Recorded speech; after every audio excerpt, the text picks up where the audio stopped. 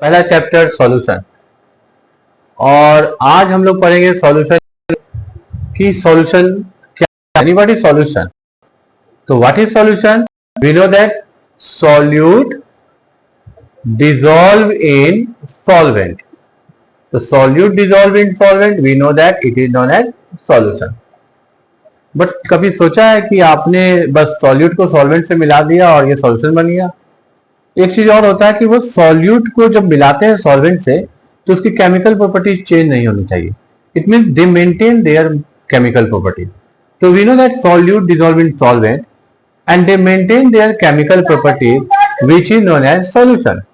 तो यहां ध्यान रखना कि अगर आप लोग समझ सकते हो कि अगर हम लोग थोड़ा सा अमाउंट दही का ले लिए और उसको दूध में डाल दिए तो वो एक सॉल्यूशन नहीं होगा, क्योंकि वो उसमें रिएक्शन हो जाएगा।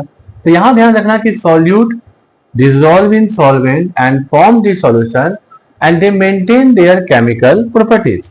एक और बात, ये हमेशा होना चाहिए लिमिटेड प्रोपोर्शन, यानी कि केमिकल प्रॉपर्टीज तो मेंटेन करेगा, केमिकल प्रॉपर्टीज को ये मेंटेन करेगा।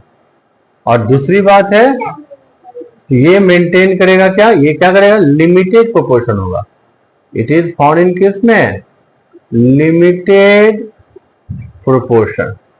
तो अब आपको समझ में आ गया कि व्हाट इज सॉल्यूशन। तो we know that solute dissolve in solvent and they maintain their chemical properties and they are found in limited proportion which is known as solution. अगर हम लोग सॉल्यूशन को ऑब्जर्व करते हैं कि कितने टाइप्स का होगा, तो it depends upon the number of components. Number of components, जैसे अभी देख रहे हो कि इसमें कंपोनेंट्स में क्या क्या होता है, सॉल्यूट और सॉल्वेंट। अब यहां देखना, सॉल्यूशन जो होता है वो नंबर ऑफ कंपोनेंट्स में डिवाइड होता है। कौन कौन सा?